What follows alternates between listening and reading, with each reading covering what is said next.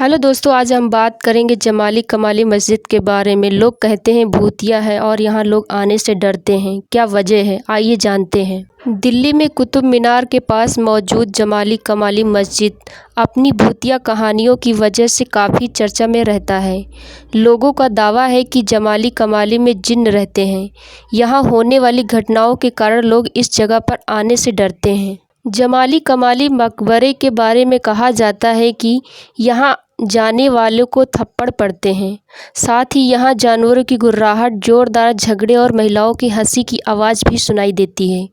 मुग़ल काल की इसकी प्रसिद्धि कुतुब मीनार से भी ज़्यादा थी, लेकिन अब इस जगह को लोग केवल एक भुतहा जगह के अलावा किसी और नाम से नहीं जानते हैं। जमाली कमाली शब्द शेख हमीद बिन फजुल्लाह उर्फ जमाल खान से लिया गया है, जो कि अपनी कविताओं के लिए प्रसिद्ध हुए सूफी संत थे।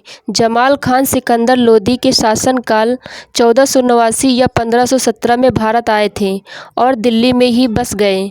वैसे ही लोग उन्हें कई नामों से जानते हैं, लेकिन उनकी प्रसिद्धि कविताओं ने उन्हें जमाली के नाम से मशहूर कर दिया। ऐसा माना जाता है कि सिकंदर लोदी उनकी कविताओं के इतने कायल थे कि उनके शब्दों का इस्तेमाल करके वो खुद भी एक कवि बन गए थे।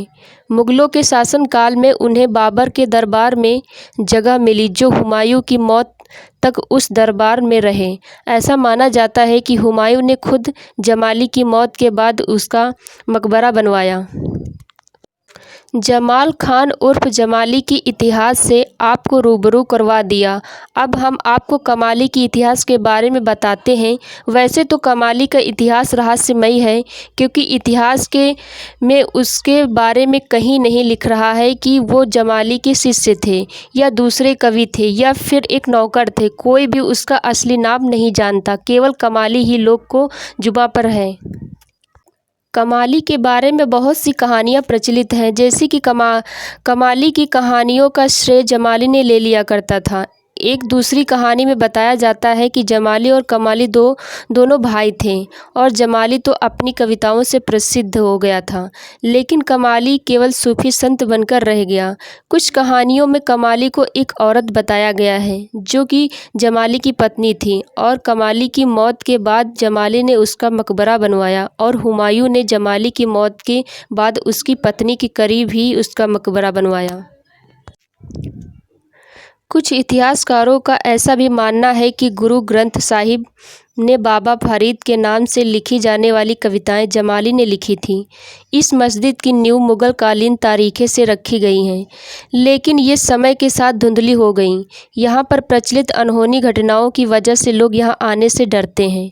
जमाली कमाली के बारे में कई भ्रांतियाँ प्रचलित हैं कि जमाली कमाली की रूह जिन्नों के साथ रहती हैं। कुछ लोगों का यह भी मानना है कि रात को यहाँ बिजली झपकना, जानवरों की चिल्लाने की आवाज़ें और अदृश्य परछाइयों को देखा गया है, जैसे कि कोई आपके नज़दीक खड़ा हो और आप उसे देख नहीं पा रहे हों।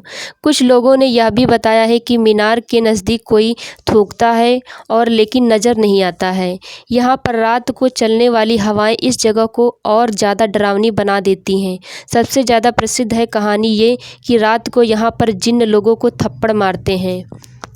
वैसे पर ज़्यादातर लेखों में इस जगह पर जिन्नों के होने का उल्लेख किया गया है। मुस्लिम मान्यता के अनुसार अल्लाह ने इंसानों को रेत और जिन्नों के आग से बनाया है, और जिन्न भी इंसानों की तरह अच्छे और बुरे दोनों तरह के होते हैं। कई बार जिन्न इंसानी दुनिया में प्रवेश कर जाते हैं और वीरान जगहों पर अपना कब्जा कर लेते हैं। ऐसा ही वाक़या इस जगह पर हुआ है कि कई सालों से ये जगह वीरान थी, जब तक एएसआई ने इसे सुरक्षित नहीं किया है। जिन्नों ने इस जगह को अपना गढ़ बना लिया और हर रात उनकी यहाँ पर महफिल लगती है। हालांकि इस मस्जिद जमाली कमाली की रखवाली करने वाले चौकीदारों ने यहाँ पर भूतों और जिन्नों के होने को नकार दिया है, लेकिन जगह प्रख्यात होने के बजाय इन कहानियों की वजह से कुख्यात हो गई। इन कहानियों के चलते कई लोगों इस मस्जिद में घूमने आते हैं और इसके रहस्य को ढूंढते रहते हैं। हेलो मित्रों, अगर आपको यह जगह हेलो दोस्तों, आप अगर इस जगह को देखा है या फिर इसके रहस्य के बारे में जानते हैं तो आप हमें कमेंट करके ज़रूर बताएं और हमारे चैनल को लाइक शेयर सब्सक्राइब ज़रूर करें। धन्यवाद।